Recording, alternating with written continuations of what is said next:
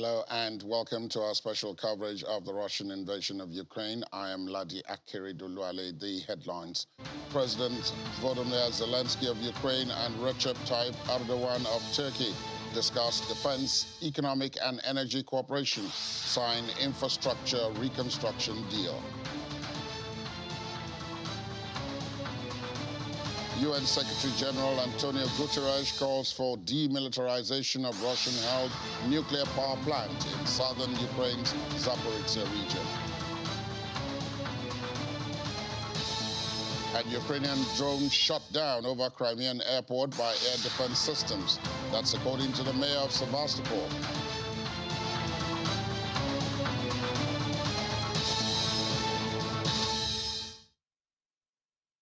We begin with Ukrainian President Volodymyr Zelensky's discussions of defense, economy and energy cooperation with his Turkish counterpart Recep Tayyip Erdogan during a meeting in Lviv.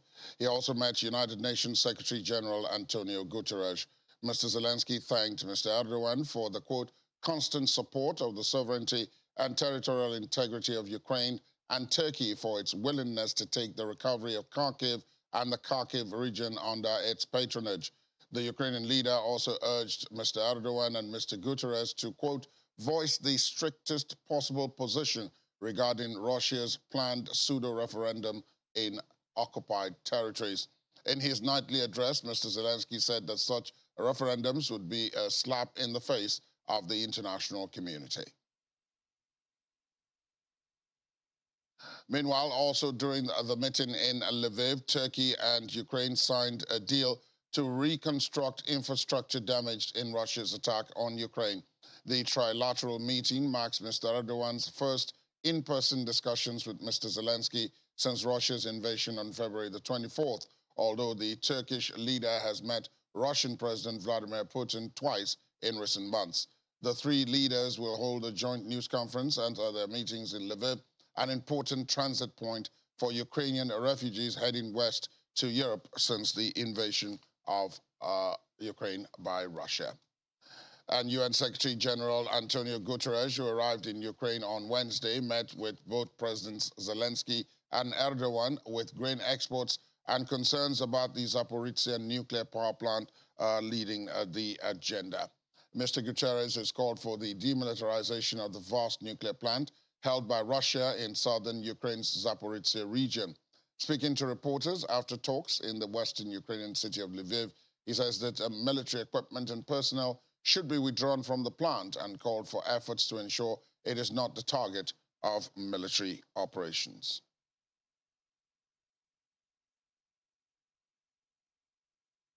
I remain gravely concerned about the unfolding situation in and around Europe's largest nuclear power plant in Zaporizhzhia. Common sense must prevail to avoid any actions that might endanger the physical integrity, safety or security of the nuclear plant, and the facility must not be used as part of any military operation. Instead, agreement is urgently needed to reestablish Zaporizhzhia as purely civilian infrastructure and to ensure the safety of the area. Military equipment and personnel should be withdrawn from the plant.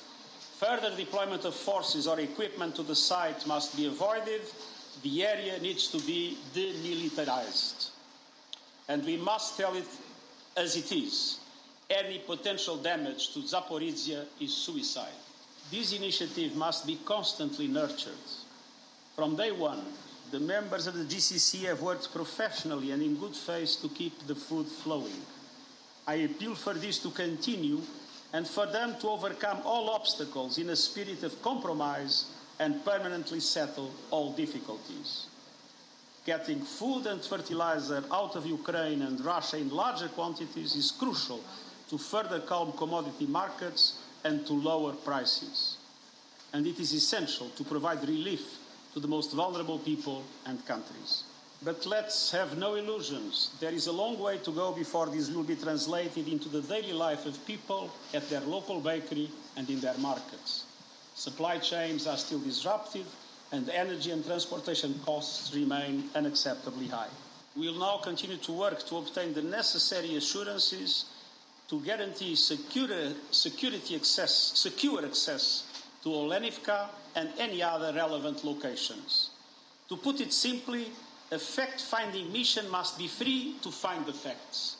The team must be able to gather all the necessary information and to be able to analyze it. And above all, that means safe, secure, and unfettered access to people, places, and evidence without any interference from any party.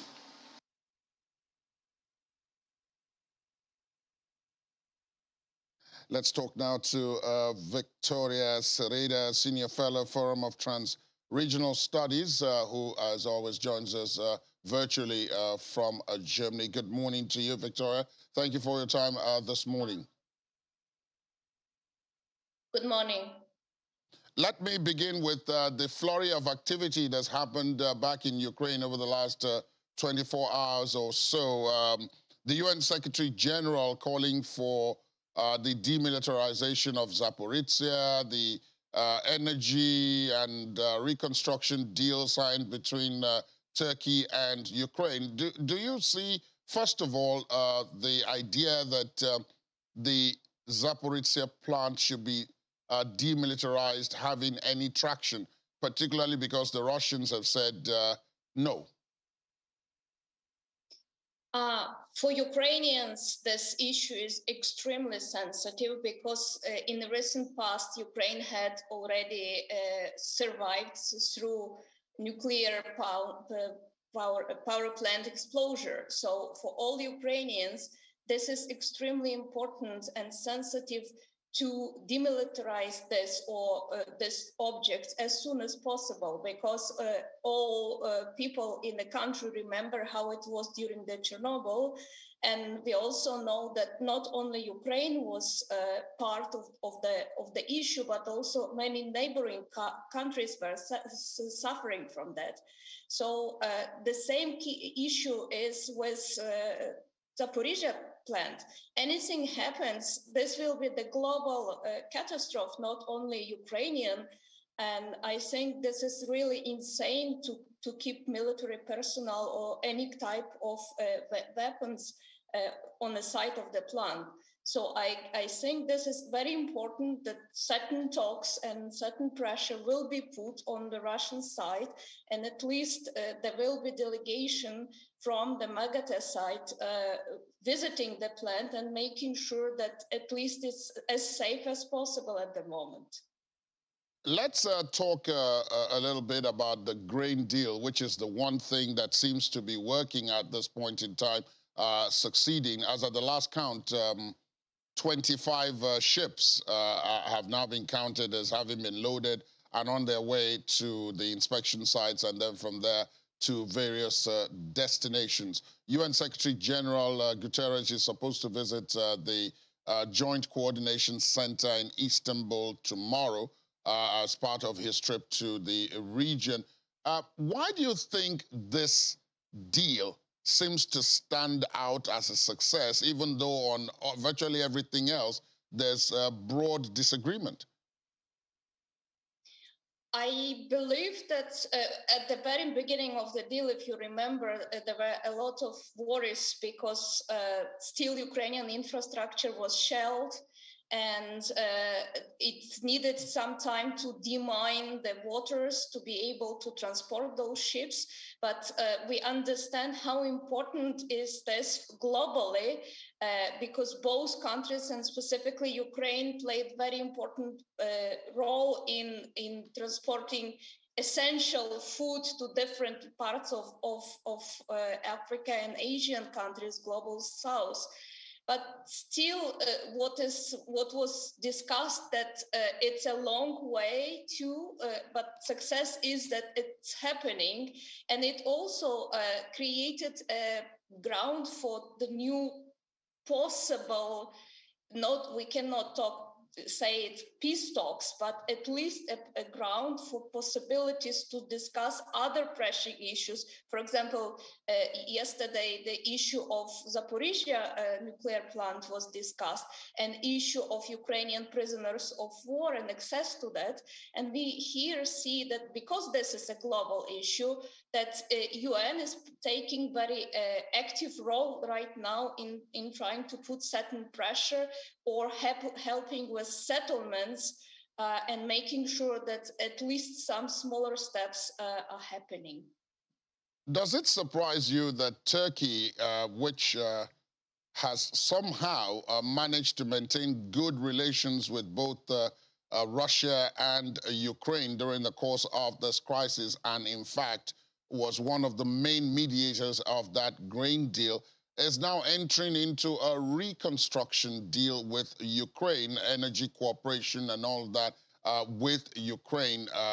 Do you see this as perhaps mixing the peace negotiation role that it has played so far with a more patron-like role? Because the statement that we have from there says that they have taken that particular region that they are going to rebuild, which has Kharkiv in it, under their umbrella, so to speak. I think that if we are talking about this infrastructure cooperation, Ukraine has a very long experience with Turkey.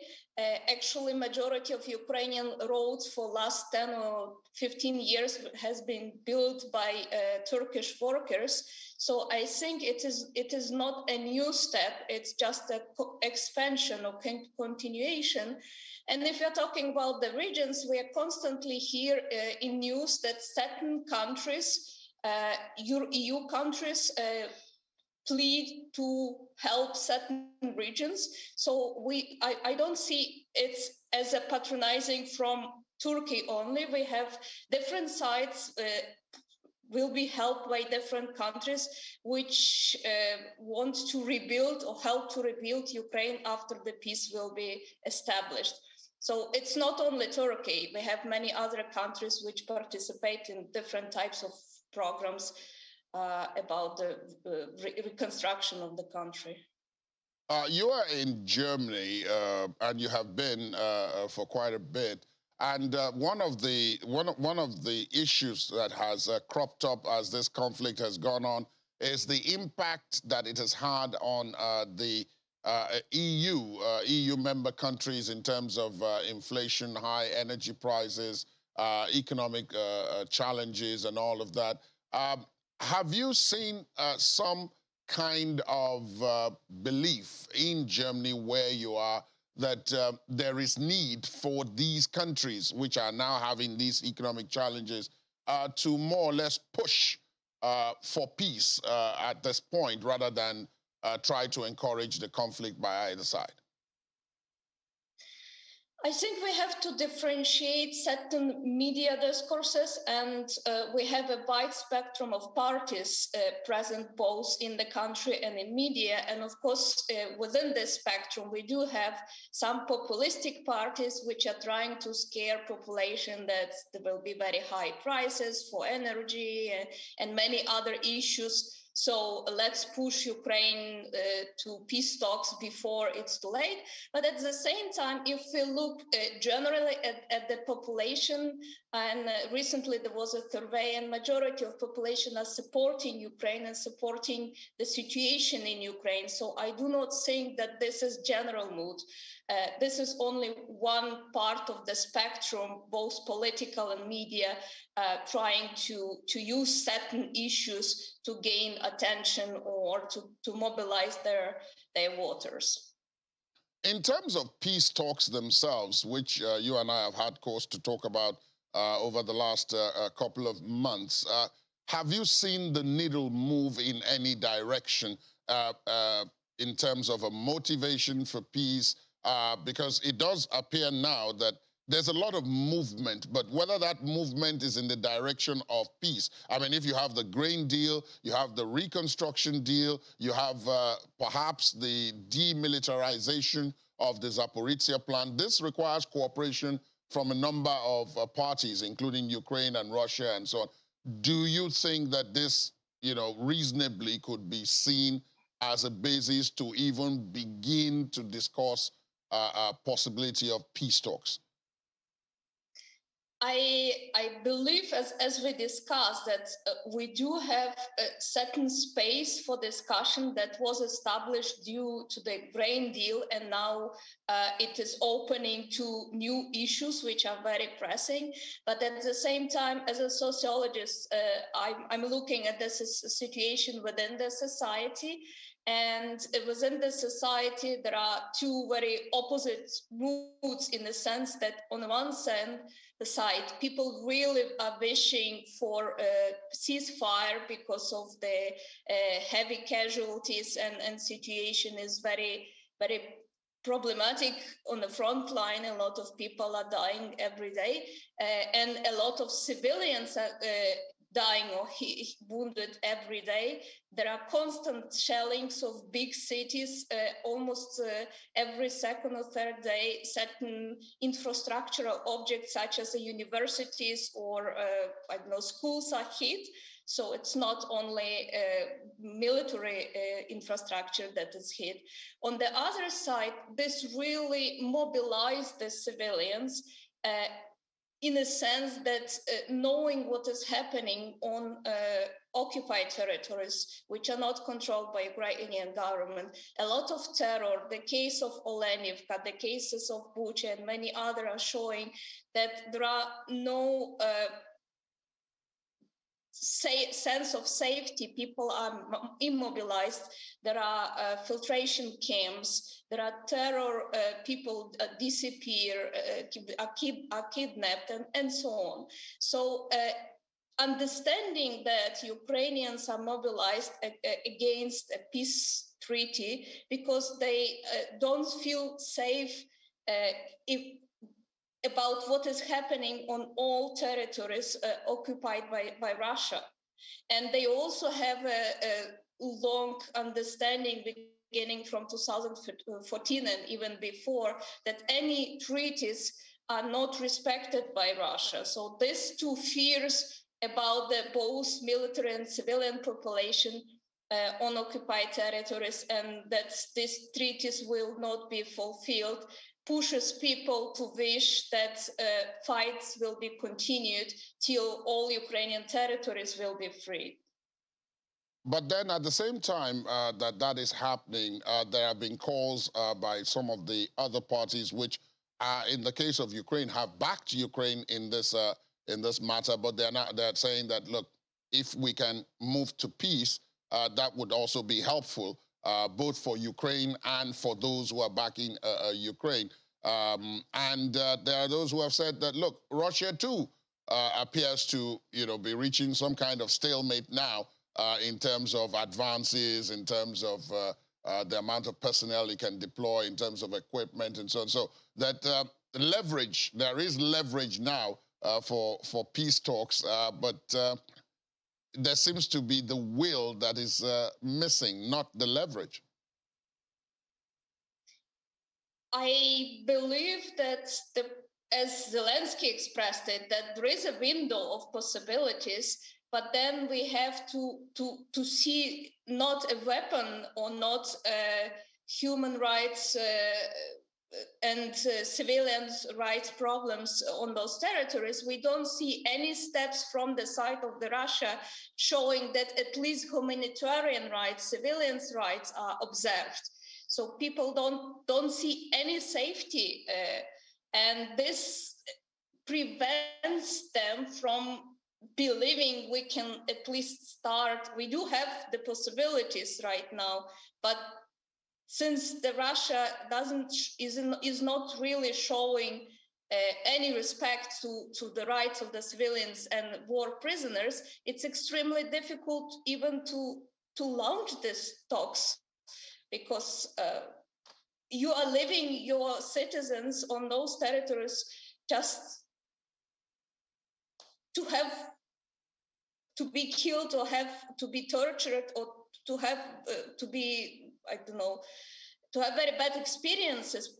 And this prevents the government from the possibility to make certain steps. So I think that if UN will interfere more actively and try to push Russia to fulfill at least those humanitarian and civilian rights which are supposed to, or rights of prisoners of war, this might be the sign that now there is a possibility, a window for further negotiations to start.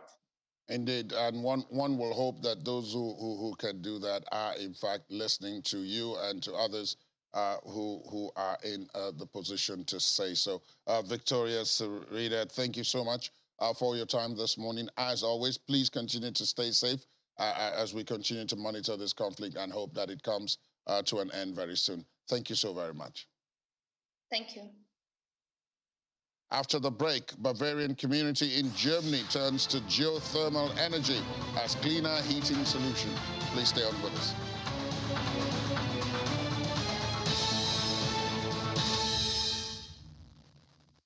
Thanks for staying tuned. Welcome back to the program. Turkish President Recep Tayyip Erdogan has left Lviv after talks with the UN Secretary General Antonio Guterres and Ukrainian President Volodymyr Zelensky. The United Nations has said it can help facilitate a visit by the International Atomic Energy Agency, the IAEA, inspectors to Zaporizhzhia from Kiev. But Russia has said any mission going through Ukraine's capital was too dangerous. On Saturday, Mr. Guterres will visit the Joint Coordination Center in Istanbul, which is made up of Russian, Ukraine, Turkish, and UN officials overseeing the Black Sea exports of Ukrainian grain and fertilizer.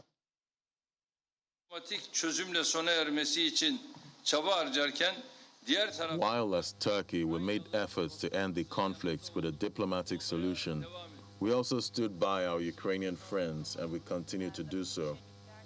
We shared with Mr. Zelensky that we will give the necessary support for the reconstruction of Ukraine as we have done so far. In our tripartite meeting, we also evaluated the possibilities of transforming the positive atmosphere created by the Istanbul Agreement into permanent peace. Regarding the issue, we will continue to evaluate the results of all our meetings today with Mr. Putin and the Russian side. And we are learning that the Turkish president has in fact left Lviv, and it's going on that the United Nations and Turkish president will not be the only one concerned about Russia's military presence in Ukraine. The United States, on the other hand, is also deeply concerned about Russia's military presence in the Zaporizhzhia nuclear power plant. State Department spokesman Ned Price says the International Atomic Energy Agency should be granted access to the facilities where the U.S. government is aware of reports that Russian personnel have abused and coerced members of a staff. Russia, which captured the nuclear power plant soon after its invasion of Ukraine, said it could shut down the facility, a move Kiev said would increase the risk of a nuclear catastrophe.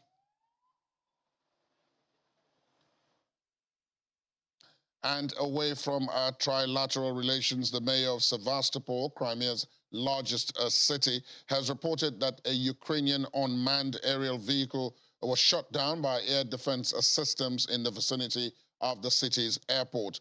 According to preliminary data, recently in the vicinity of the Belbek airfield, an unmanned aerial vehicle was shot down by air defense systems. The official added that there had been no reports of casualties or material damage as a result of the incident. The mayor noted that pro-Ukrainian groups on social media had already begun peddling messages about a successful attack. Rachel Rachev called on Sevastopol residents to keep calm and only trust official sources of information. The United States remains deeply concerned about Russia's military takeover and continued control of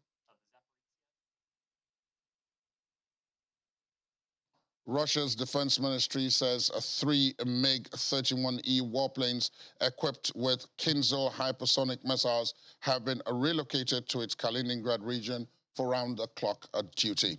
Kaliningrad, a Russian Baltic coast enclave located between NATO and European Union members Poland and Lithuania became a flashpoint after Lithuania moved to limit goods transits to the region through its territory, with Russia promising a retaliation. The tensions in the region have risen since Russia sent thousands of troops into Ukraine 6 months ago in a special military operation. Earlier on Thursday, Finland's defense ministry has said that 2 Russian MiG jets were suspected of violating its airspace near the city of Porvoo on the Gulf of Finland, which is about 150 kilometers from Russia. And as part of a trip in the area much earlier, Ukrainian President Volodymyr Zelensky visited wounded soldiers in a hospital in Lviv. Joined by medical personnel, Mr. Zelensky talked with the wounded soldiers and thanked them for their service. He was told that more than 9,000 servicemen have been treated at that particular facility.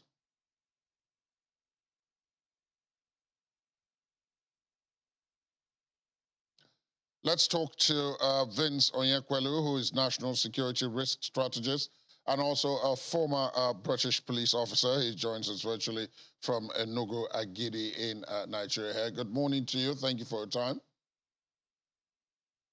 Good morning. How are you today?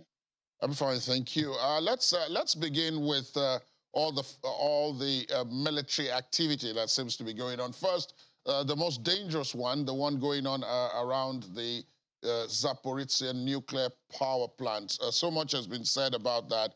The UN has weighed in, and a couple of other stakeholders have also weighed in. But it does seem as if there is no agreement about what to do to safeguard that plant, which is the biggest. Is it really a question of military strategy, or are the combatants simply playing with fire here?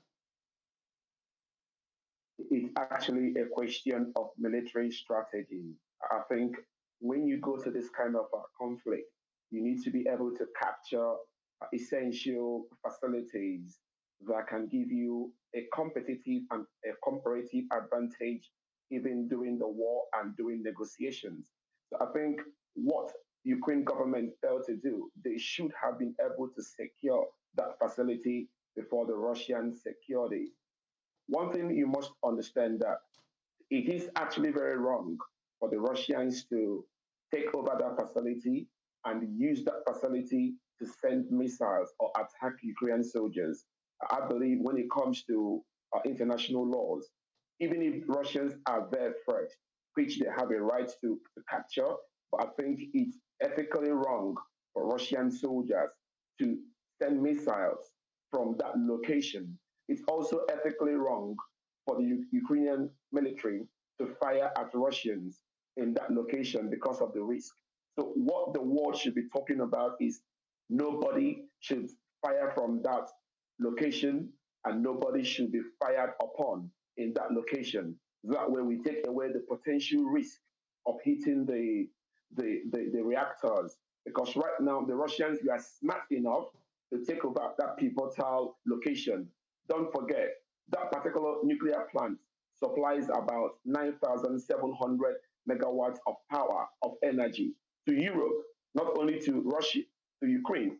So Russians can use that as a negotiating power in the future. Don't forget about the sanctions that European countries have putting onto Russia. So when it comes to the level of negotiation in the future, I think Russians will take an advantage because they hold a source of energy power to Europeans, and now they also hold a source of gas power, gas supply to Europeans. So practically, it's a good strategy for Russians, a big win for the Russians. Now, the Ukrainians are also counter-attacking in Crimea, which, of course, was part of Ukraine until 2014 when the Russians took it over as well. So the question is that also part of a military strategy, the counterattacks in Crimea? There have been several of them. First, there were the ones that were initially not admitted to by Ukraine, which destroyed several aircraft belonging to the Russian fleet. There was a second set of explosions not too long ago, which Ukraine has just admitted that it did. And then there have been the use of drones. The Russians are claiming to have shot one down overnight using their aerial defense systems. Is this part of a broad strategy to broaden the conflict area, or is it simply to put the Russians on the back foot? Based on the statements of the Ukrainian president, he was very clear to say that he wants a fight back. He wants to recover most of the territories that was taken away by the Russians. So I believe in my own common sense that the Ukrainian government are behind the attacks in Crimea. And obviously, Ukrainians may not be able to beat Russians when it comes to face-to-face warfare. So I think they're going to use a lot of covert warfare system, use some underground warfare system to be able to influence the Russians, to weaken the Russians' influence in this war. So Crimea attack, good attack by the Ukrainian government, massive impact. They've made an international noise that we are strong enough. They've even been able to attack Russians in their own territories. Some arms dump inside the Russian territory has been attacked also. Now a drone has been brought down too. So I think the war is on. But the information here is that the Russians are beginning to relate more with the Chinese. Today there is an international meeting going on in Indonesia between the Chinese president and the Russian president. They're going to be there physically present. Now, what happened in Odessa, as we talked about 2 weeks ago, you will see that the Russians are feeling the pinch of the war, because in war, there is no victor, there is no vanquished. Both are going to lose men, they're going to lose resources, they're going to lose their time. So obviously, all this support has been strategically managed by the influence of Antonio Guterres of the United Nations. And now the war over there is calming down. But Russians know that they've lost an opportunity to take over all this support when they allow the UN to come in. If the Russians allow the AEA to also come into the nuclear plant, honestly, the Russians may also lose an opportunity or lose the hold they have in that nuclear plant. So I would suggest Russians allow the AEA to come in, but do not allow them to stay there. So you can actually have a negotiation power in the biggest nuclear power plant that supplies energy to Europe as we are going to the winter season very soon. Talking about that, of course, one of the these are part of the unintended or perhaps unforeseen consequences of some of this. There are those who have predicted that going into the winter season, the fighting is going to have to cease anyway, regardless of whether there are peace talks or not, because most of the terrain will be treacherous to go through during that period. There will be a lot of weather issues and all of that, difficulties with moving equipment and personal health and so on of the combatants themselves. So by the time we get to the winter months, you're not likely to see things like what we're seeing on the screen now, which is fires and so on. You're likely to see people mostly sheltering indoors. Do you believe that that is imminent? And that might, in effect, provide some kind of push for peace negotiations or talks? I hope I'm wrong.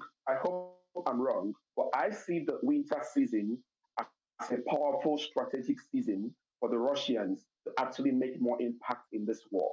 One, right now, we are going to the winter season. Our friends in Finland, who are obviously joining the NATO, are having internal problems. Maybe you are aware that the Finnish prime minister was actually captured partying away, dancing away when she's supposed to be doing her job. And don't forget, Russians are happy when Finland are having internal political crisis, just like the Russians were happy when Italian prime minister had to step down from power because Finland, Sweden, Italy has been against Russia in this war. The same way Russians are happy with the political crisis going on in Israel, where they're about to do their sixth elections in the past 5 years. So I think the winter season, when the Russians have cut down gas supply to Europe, knowing that when winter comes, when the winter cold bites, European elderly statesmen are going to suffer. Most of them may even die. So I think Russians see the winter as their best potential to get the sanctions away from them, to get Europe and the world to relax the sanctions against them, and to come into a negotiation table from a point of advantage, because Europeans cannot go into winter without short supply of gas, without short supply of power, without short supply of energy. Trust me, this is the best times for the Russians to make a mark and to create a negotiation that will give them a potential advantage at the negotiation table. So they have to hold on to Odessa because in the next couple of days, about 17 ships are coming in from Turkey. So 21 ships have left Ukraine with wheat to Europe and to the world. So 17 ships are coming into Odessa in the next couple of days. Russians have to be careful that arms are not hidden in those 17 ships that will give.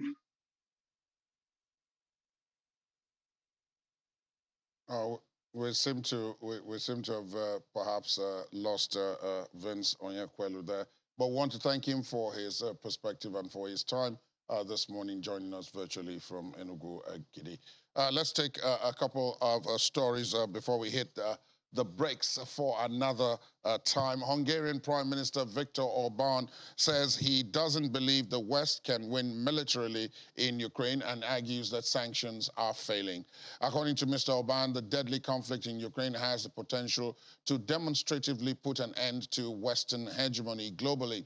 In an interview with German online magazines published yesterday, Mr. Orban said he expects the European Union to emerge weaker in the global arena once the fighting in Ukraine is over. The Hungarian leader argued that the West is incapable of winning the conflict militarily and that the sanctions it has imposed on Moscow have failed to destabilize Russia. And in the world of business, a restaurateur and rapper duo unveiled Star's Coffee, reopening the chain of coffee shops in Russia, formerly owned by Starbucks Corporation, the latest major company rebranding after a months-long Western corporate exodus from the country. At a packed lunch in central Moscow, rapper Timati presented the new brand, whose logo features an image of a woman with a star above her head, alongside co-owner and restaurateur Anton Pisky, before shops start opening later on today. Banned from using the Starbucks logo, Timati said they had sought to find some continuity, namely the circular shape and female gender, which he said contrasted nicely with the brown, cigar-like masculine color in the new logo. However, Starbucks declined to comment on the similarity of the logo and name, but referred to an earlier statement in which it said the company had made the decision to exit and no longer had a brand presence in the Russian market. A small Bavarian community goes out for geothermal energy in order to cut CO2 emissions as well as dependency on fossil energy, and heats private homes as well as businesses in the region. What the founders started in 2002 with the innovative Energy Polak network is now providing for 50% of that city's heating requirements. Two production drillings at the Polak geothermal plant pump up the water, which has a temperature of over 100 degrees Celsius from the depths of 3.5 kilometers. The network is now set to expand its business, explained its managing director, Helmut Mangold. Mr. Mangold explained that by the end of the decade, it could be 100%, and the projects have already been decided, and implementation is to start next year. And coming up after the break, Russia says quiet diplomacy on Brittany Griner's prisoner swap with the United States is going on. Details in a moment. Stay with us. Thanks for staying tuned. Laddie Williams, as always, at this time this week, joins me. The final working day of the week, Laddie, morning. Morning. The dollar has hit a one-month high. Yeah, you know, we saw the dollar start that monster run earlier in the year when the Fed started raising rates. And, you know, that run was quite incredible, about 14%. Right.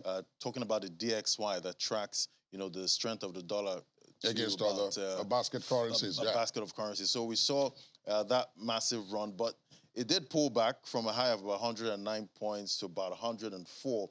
But now we're seeing it rise again to 107 points, you know, talking about the DXY. And that's showing, you know, that the dollar is starting to make that run again. It might maybe find a resistance at the last high or maybe even shoot above that.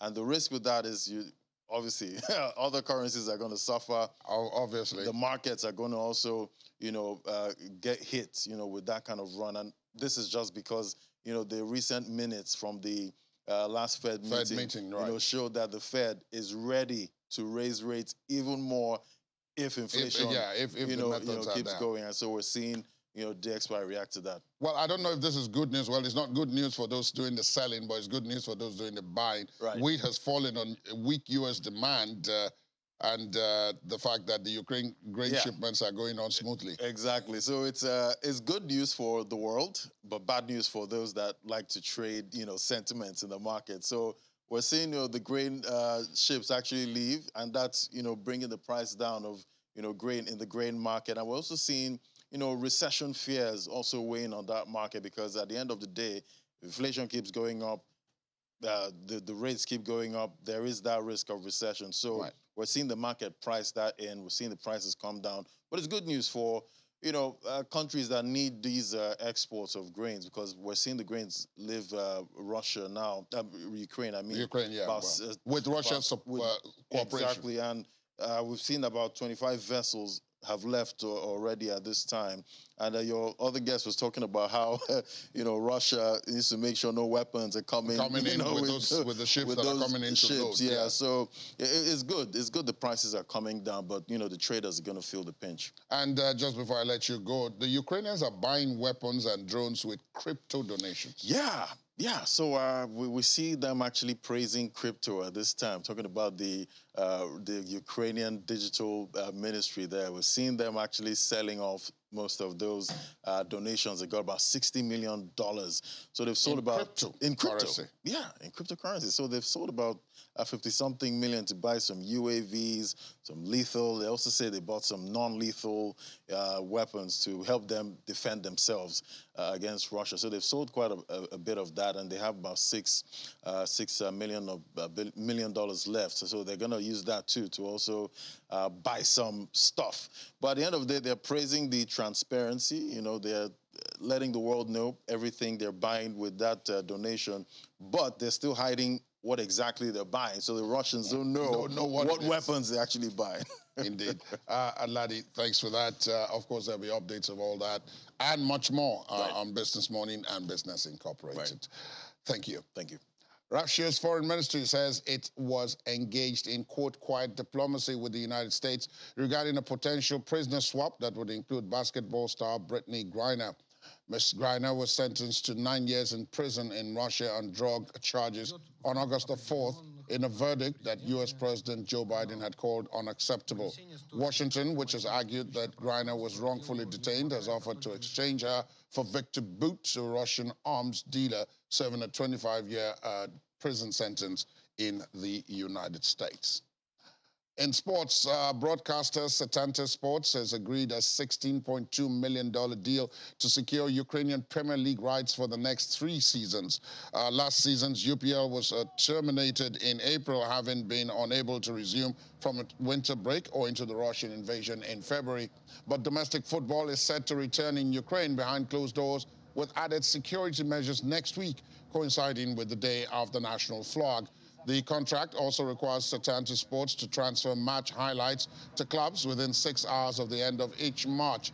The Ukrainian Association of Football said the deal would help to raise the level of the Ukrainian football product as the war continues. And Russia's most successful football team in terms of domestic titles, Spartak Moscow, have announced that they are partnering with Chinese automaker Chery for a new deal that will run until the end of the 2022-2023 season. The Chery logo will be added to Spartak players' kit alongside the likes of primary sponsors Lukoil in time for the upcoming derby against rival Dynamo Moscow in the Russian capital. Spartak Moscow and the company will also join forces for charity projects, and Chery branding will be applied to Spartak's Oct-Right Brank Arena home stadium. The move comes after some foreign automakers have shut up shop in Russia following the outbreak of conflict with Ukraine, with the likes of Volkswagen, Renault, and Mitsubishi all ending production.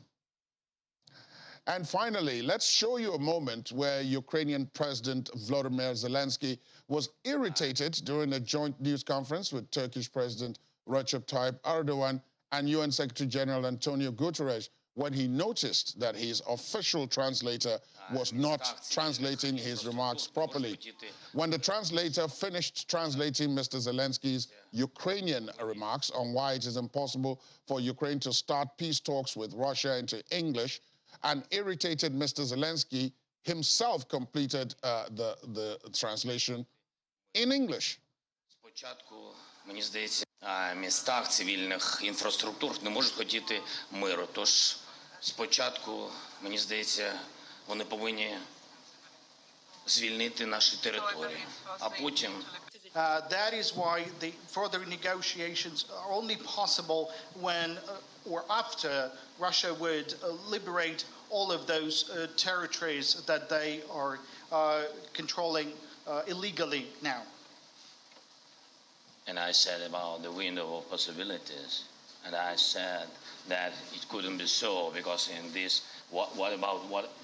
about what possibilities we are speaking if in this window we see each day guns and fighting from Russian side. That's why they have, first of all, go away from our territory, and then we'll see what will be then. And I said, Slava Ukraine. Glory to Ukraine. Thank you so much. It's important. Ben aslında genel olarak barış görüşmeleri için So indeed, President Zelensky can speak English, doesn't need a translator. There are other reasons why that is the case. That's how we end the program this morning. Thanks for being with us. My name is Ladi Akari-Duluale. We'll have an update during the World Today at 5, but for now, to have yourselves a pleasant weekend ahead. Good morning.